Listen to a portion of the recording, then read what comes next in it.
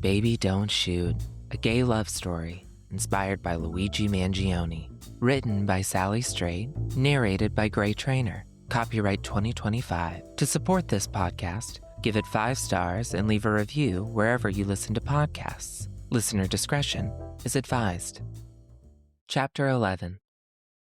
A million problems and their finger-wagging friends filled Ted's head as he and Mario rocketed back up to his office. They'd been the only ones in the elevator since floor 12, which gave them a roomy ride, gently rumbling, to stare at one another with a heavy hunger, toes curled, lips bitten. Before they got on, Ted did make it a point to say no funny business until not only they were behind his office door, but after the lock was engaged, sealing them off from the folks still working with hunched shoulders and weekend daydreams. But that didn't stop Mario from goosing Ted once they were alone in the elevator, a solid honk on the cheeks with a strong grip. "Stop," Ted chuckled. "You made a promise." Mario leaned back against the oak of the elevator walls with such cool assurance. "The heart wants what it wants," he said. "Your heart wants my ass?" Ted asked. No one had ever directly spoken of his ass. Interacted with it, yes. Even fucked it. Sure, there had been some attempts. But never had his butt been spoken of fondly, singled out like employee of the week. "Yep, your ass," Mario replied. The young man goosed Ted again. "Mario, stop. There are cameras." Ted pointed a finger, serious in its rigidity, toward a black plastic bubble in the upper corner. Walking toward it, Mario bobbed his head around. He was watching his tiny reflection in the dark plastic. Wow, this place is really locked up tight. Cameras, lobby security. Mario fingered the lanyard hanging off his neck, which hung a badge with a small color portrait of the young man, still warm, freshly printed. Below his smiling picture was his full name and the word visitor in giant letters. Mario continued, "They even have badges for guests? You sure are safe in a place like this." Ted's eyes drifted to the digital floor counter, ascending in neon red. "Yeah, you can't be too careful these days. Does that mean I can't use my new badge to surprise you?" Mario asked. "Surprise me? What?" Ted's face wrinkled. What was this young man angling for, he wondered. Mario looked to his left, then right, making a big, incredulous show, like, how can this guy not be picking up what I'm putting down? Then he spoke. "I'm just being silly. When are you gonna get that I like you? Was the oral, not clear enough? Should I have swallowed more of your cum?" Having arrived, the elevator doors opened onto floor 32. Ted held his breath until he was only face to face with a bare gray carpet, no one waiting, free of any colleague who might have heard Mario's filth. "Let's just go to my office, shall we?" Ted said, though he considered smacking the lobby button to abandon ship. They walked down the hallway in silence, except for the tinkling metal tabs on Mario's backpack that so expertly held his skateboard, its own baby Bjorn. When they got to the door that said Chambers Solutions in gold lettering, Ted whipped out a big brass key, unlocked it, and held it open for Mario. This was really stupid, Ted thought, his shame drowning him at high levels. He'd just brought up a 20-year-old to his office, risking a run-in with a colleague or a higher-up, not to mention that Shayla could pop back up at any second for any reason. Yes, she was a prompt woman, sharp as a tack, but it would be the one time of Ted sneaking, this particular occasion of when he had a Calvin Klein model in his office, dewy from skateboarding with an ass like a shelf that, for the first time, Shayla would forget her purse. "Listen," Ted said, the regret thicker than a malted coming off his tongue, but nothing concrete, no words to usher the beautiful guy out, came to him. The waiting room to Ted's office was a large one. There was a wide expanse of cropped carpet, colored emerald and gray, clearly chosen during the Clinton administration, as if drab for the office would stay forever in style. On the left wall, there was a giant painting of seagulls. Ted heard on a podcast that nature-based art calmed its viewer down by 20%. What if the viewer was already calm, he wondered? Would it put them into a deep sleep? The opposite wall had a black leather couch, firm, and a lamp for visitors whom Ted never really entertained because he always traveled to his clients or conferenced with them digitally. Essentially, it was a waiting room that had never and would never serve its purpose. In the back, at the far end, was Shayla's desk and the door to Ted's tiny office. This room, with all its negative space, had clearly been designed for cubicles. Indents in the carpeting spoke of long-ago call centers and startups hungry to figure out just what social media really was. But Ted didn't care about the emptiness, especially not when Mario pressed on the back of one shoe, pulling out his socked foot before switching to release the other. Of two minds, intrigued and horrified, Ted held up a hand. "Okay, wait," he said. Mario turned around, stunning the older man into silence, and brought his long-fingered hands up under his gray t-shirt to unfasten his belt. "Wait for what? Kingdom Come?" With a shushing, rumpled sound, Mario's jeans fell to his ankles, and then the young man wriggled himself free of the backpack, his muscled shoulders shimmying under the straps. Mario spoke as he stripped. "Ted, let's just..." But the older man's mind wandered.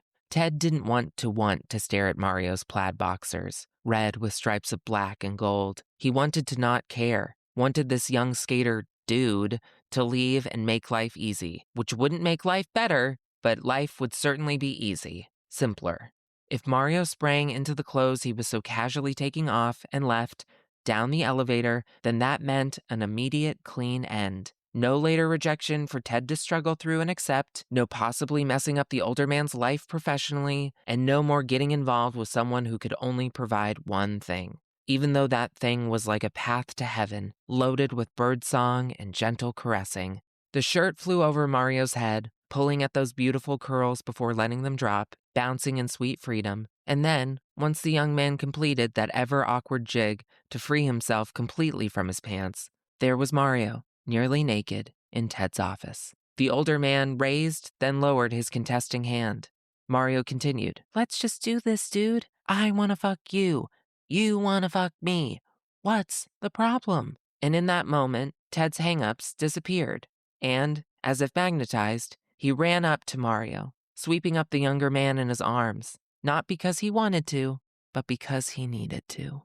Gone was Ted's panic and worry over his own perversion and older age. There was only desire for touch and fulfillment, a physical expression of his longing. Ted rubbed his face into the stretch of Mario's long neck, breathing deep, immediately smelling the ripeness of the young man, who'd been perspiring over a skateboard in the haze of the afternoon. "Sorry if I stink," Mario said, and Ted dragged a tongue across his neck in reply. But the older man felt like this bold move wasn't enough of an apology for conveying any doubt about his wanting this, a sign of disrespect toward the universe. Ted had to pay if he wanted to play. The older man lifted Mario's arm by the bicep, cupping the bulging golden skin like Gwen Stefani used to hold oranges when she was cool, when a much younger Ted tried masturbating himself straight to her image as well. But there he was with the shame again, dating himself like an unsexy archaeologist, when he should be in the moment, cherishing the bountiful now. Pushing up Mario's arm further, "All right," the younger man said. Ted exposed himself to the prime stink of his partner, the armpit, a starburst of hair blasting from its center, with surprisingly straight locks despite the curls Mario had higher up and down below.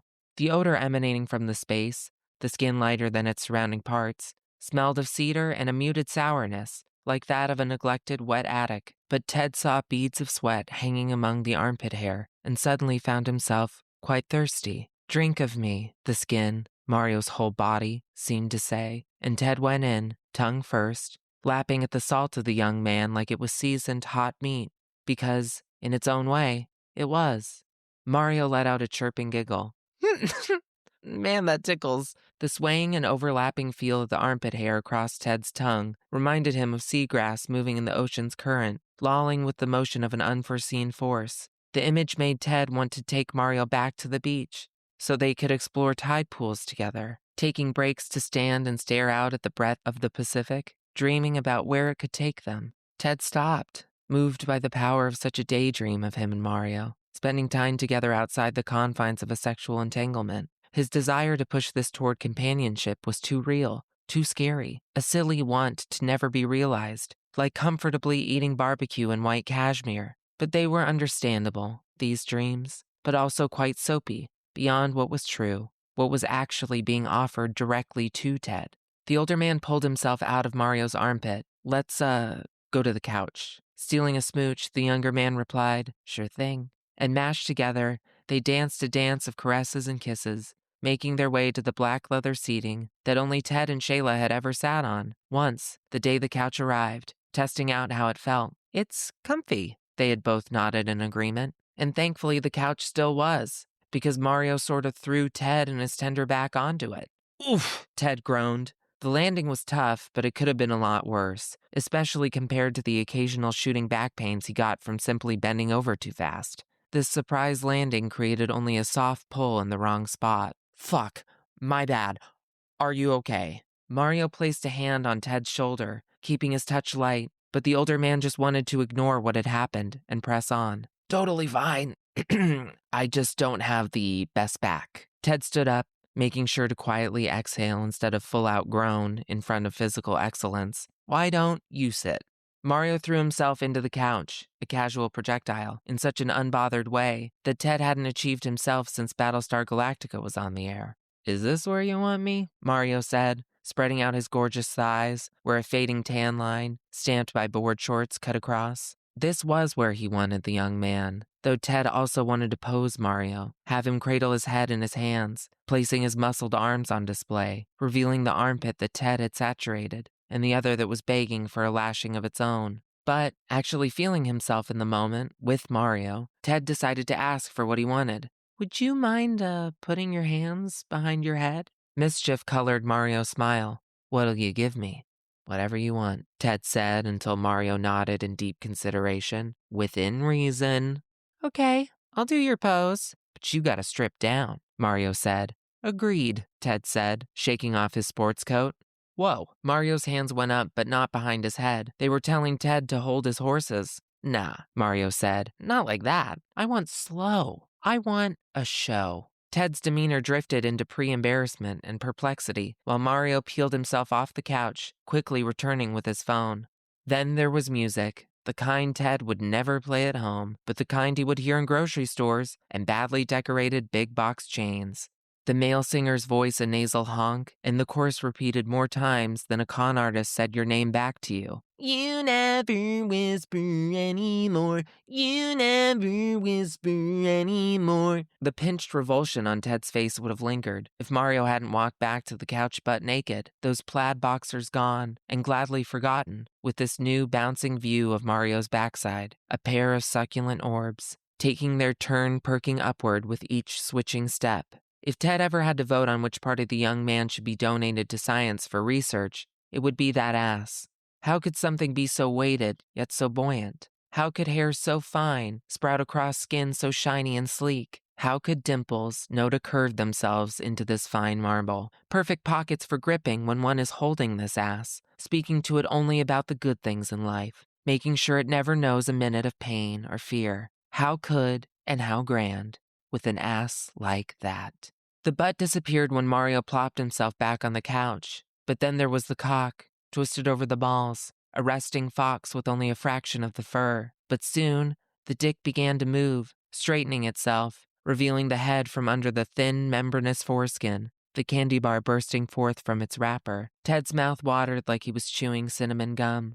Mario lifted a hand to the older man. Go on, strip, it seemed to say. Please, let's just forget it, Ted said, fully ridding himself of the sports coat without any ceremony or sensuality.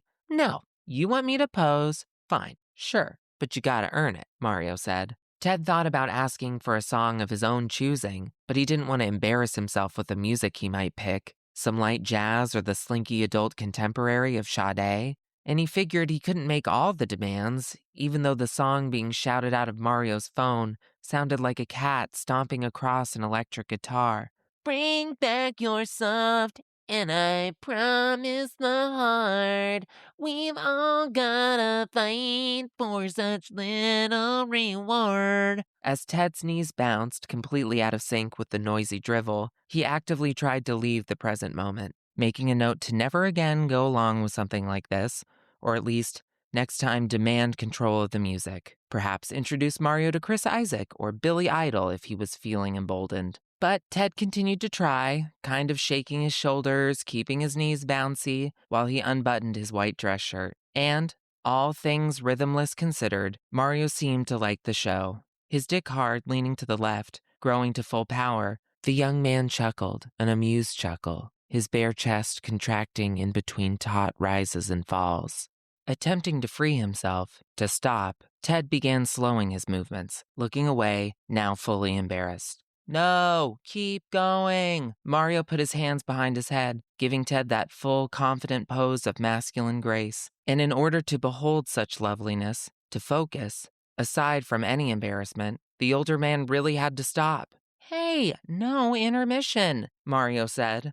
You're beautiful, Ted said. But the song, a new one, more annoying than the first, drowned his thoughtful words. Mario silenced his phone, then turned with a face of concern, like he had ruined the moment. What? He asked. I said you're beautiful. Whipping his head away, Mario replied, No, whatever, no. Attempting his best jig, no hips, only weight shifting from leg to leg, Ted moved closer and then lowered himself on the couch, careful not to trip over the confines of his lowered pants. You're the prettiest thing I've ever seen. Ted and Mario faced one another, heads resting on the leather, the smell of which added to the allure and their affection for one another.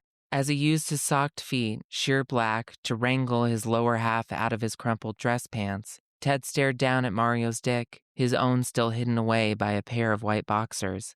I really loved sucking your dick in the gauntlet, Ted said. Mario bent over, revealing that wide, smooth back and its coterie of defined muscles to help slip Ted's pants off his feet, and then he tugged at those white boxers. How would you feel about riding it? Chapter 12. It was hard for Mario to keep his attention on what he set out to do. The anger wasn't rattling around in his brain anymore, though it wasn't like he forgot his mom simply because he was getting laid. But if asked, in that very moment, feeling the cool leather couch against his bare skin, Mario would have only described his mother as sick instead of in the process of dying. Though it's not like Ted would have asked because they barely knew each other. Even though, to Mario, their coming together felt like a hell of a lot more than just sex. Something about time with the older man mattered. The strange part was that no one had ever gotten Mario this excited before. He felt dizzy and rambunctious around Ted, when his past relationships and dalliances had been fun, just kind of fun. Never had Mario been so in tune with another person, forgetting his litany of troubles. But a part of him knew he couldn't forget fully. Mario had to gain intel, figure out how to get back in the building without Ted. Feeling the rough carpet stab his soft soles, Mario promised himself he'd come back to the mission, but would first allow himself 20 more minutes of bliss. He grabbed at Ted's white boxers, getting a bunch in each hand, and slid them down the older man's legs that were smoother than Mario remembered, with only a few patches of curly hair across the soft white skin. Then there was Ted's dick, with its thick head, the one that had scrub-brushed Mario's tonsils. But full consumption had to wait, and Mario allowed himself only one lick before sitting back on the couch. It's time to ride, Mario said to Ted, once again placing his hands behind his head, giving the older man the vision he so desired. It was funny in a way. Mario worked hard on his body, and, because of youthful sports conditioning, learned to enjoy doing the things that would sculpt it, harden it, his core as balanced as the earth itself. But Mario never really thought of himself as attractive, only regular. Yes, he received a steady deluge of, "You're so handsome," and, "Oh my god, I'd kill to look as jacked as you." But none of it ever really landed, because if they looked close, they would see what Mario saw: a gummy smile with big teeth, wide nostrils, average muscles, and he was practically short for a man at 5 feet 8 inches. Mario's counselor said his low self-image came from stubborn childhood wounds, marked by a rough road of acne running across not only his teenage cheeks, but up his neck. Peers and adults used to look at his red, ruddy skin and wince. Having a single working mom meant that she didn't always see things right away, considering the acne a passing phase that would disappear on its own. The situation changed, however, when his mom came home from work to find Mario, age 13, crying over his homework, pages of algebra waterlogged from tears, asking her why he was so ugly. Afterward, a dermatologist was called, and a foamy prescription was applied to his face and neck, at bedtime and first thing in the morning. It smelled like burning licorice. But in a month, Mario's acne was gone. It still bothered him that pockmarked skin remained in patches, but thankfully, the permanently damaged areas were closer to his earlobes, not so front and center. Hearing that he was beautiful from Ted, though, was what compliments never were to Mario. Important. Sure, his mom's praise was thoughtful and taken to heart. "My handsome boy," his mother would say. But getting anything from strangers, even partners in hookup crime, didn't mean anything because they were just words. overruled by lasting childhood shame with the scars to prove it. But spouting from Ted's lips, Mario turned into a puddle, the iridescent kind, anointed with oil. He felt beautiful, like he had never been anything else, and had never known the feeling of blood seeping from tiny open facial wounds, with him trying to stanch this bleeding with small fingers and one-ply in-classroom tissue, as Mrs. Erlert explained the reoccurring themes found in The Outsiders. On this leather couch, Mario could be perfect. Ted had told him so, and eventually, the young man relented in its truth. In turn, Mario wanted Ted to feel as beautiful as he thought the older man to be. Those kind eyes, that kissable stomach, the soft skin that Mario couldn't wait to feel against his back, in a cuddle or while he was being taken from behind. Gripping Ted's hand and arm, Mario pulled him closer. "Get on," he said, and Ted relented, half standing, then sliding his bent right knee over to the outermost part of Mario's left butt cheek. Here was Ted again, sitting on a throne, but this time the saddle was a sturdy man rather than blue canvas situated next to a trash can. It was a perfect fit, this configuration, though a little hard on Ted's knees, as evidenced by some light wincing, but rapid breathing from both of them repeated exactly what their lingering kisses said. "I want this, right now, and later too, if that's all right."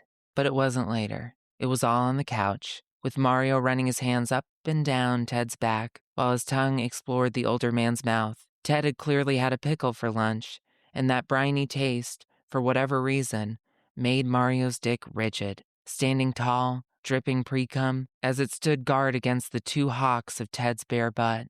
Ted rested his head against Mario's, their exhales making the space between them humid. "I can't," Ted began. Mario had already turned to spit in his hand before he paused at Ted's words, quickly hiding the saliva in a fist. He'd been too presumptuous. "Oh, you can't. That's cool. Let's just," Mario said. While Ted cringed, his entire face shut away, Mario went to stand, spit dripping from his hand down to the floor. Then a set of fingers softly braced themselves against Mario's developed pectorals, and this touch, trying to stop a strong thing, came from a tender place. No, please, let me finish. Sorry, it takes me a bit with you."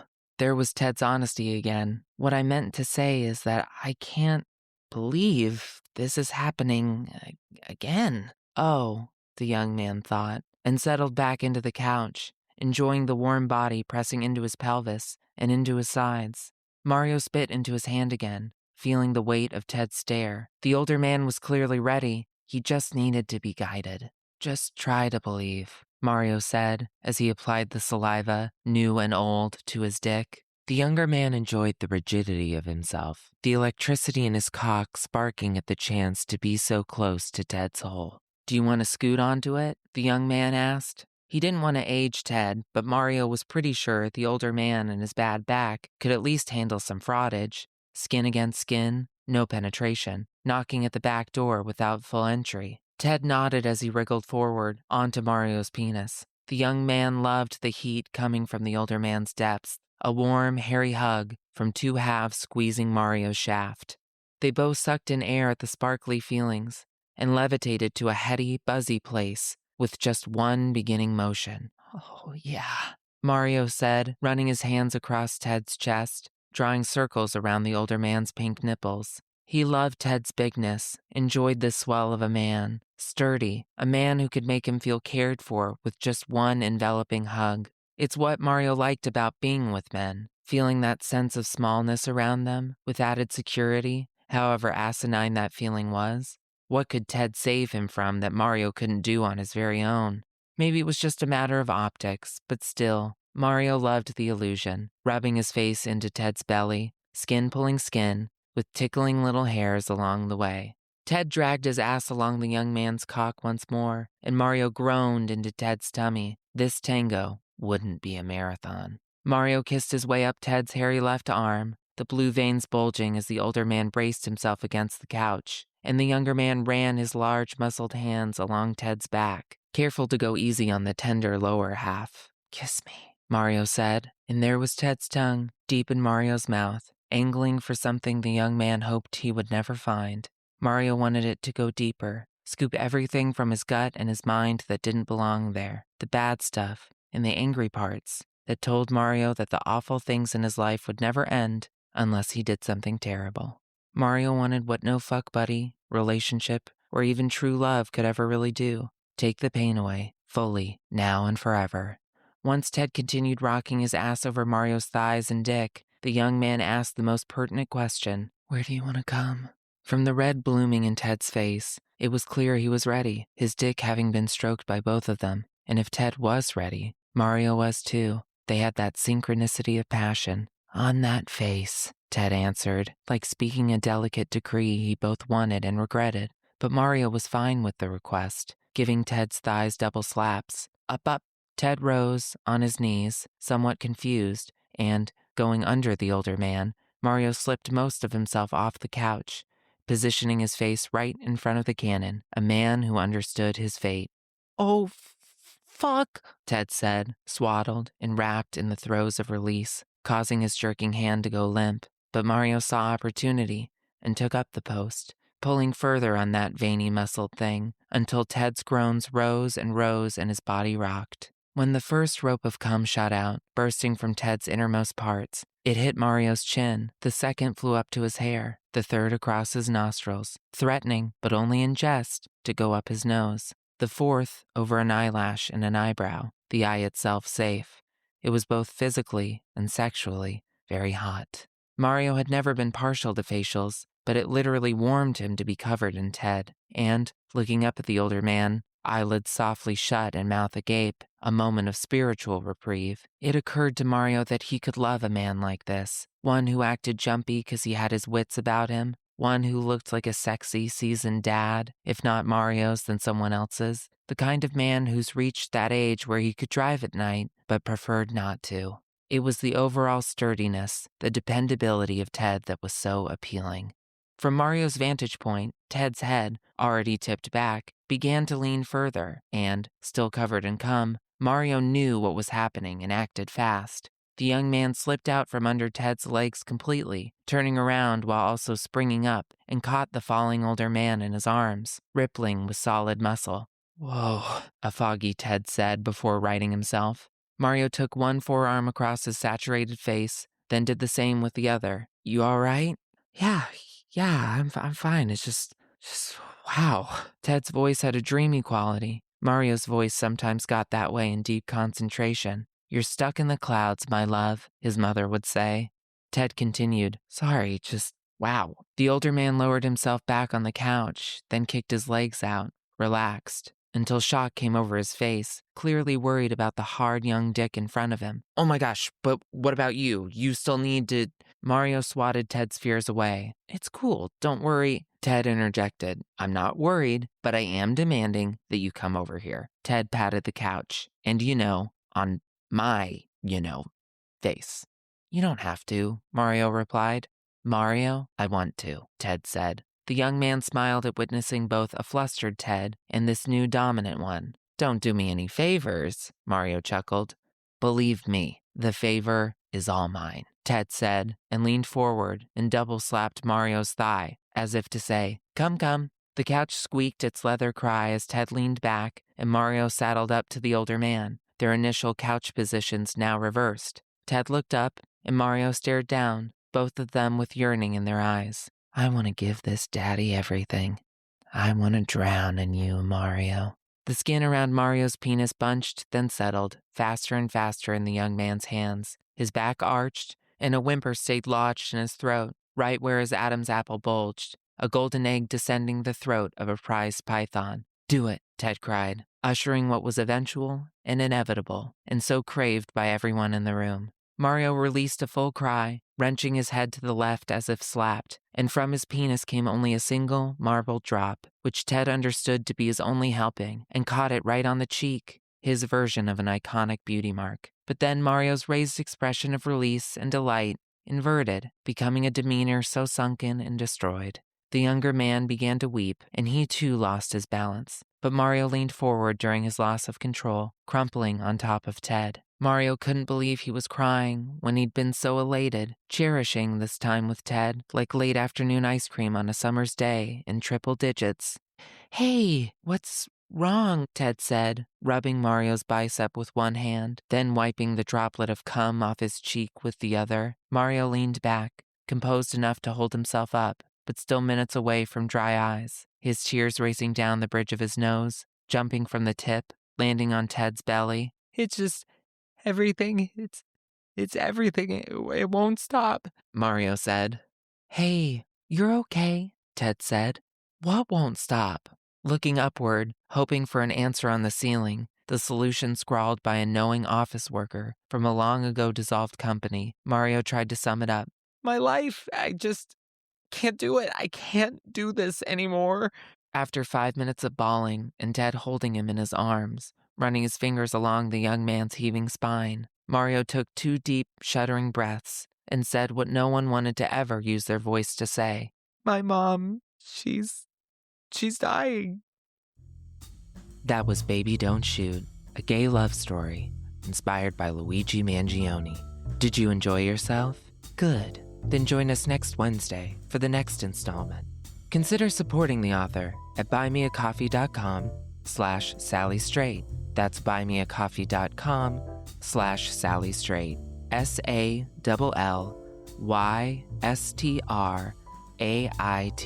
Baby Don't Shoot is a work of fiction. Names, characters, businesses, places, events, and incidents are either the products of the author's imagination or used in a fictitious manner.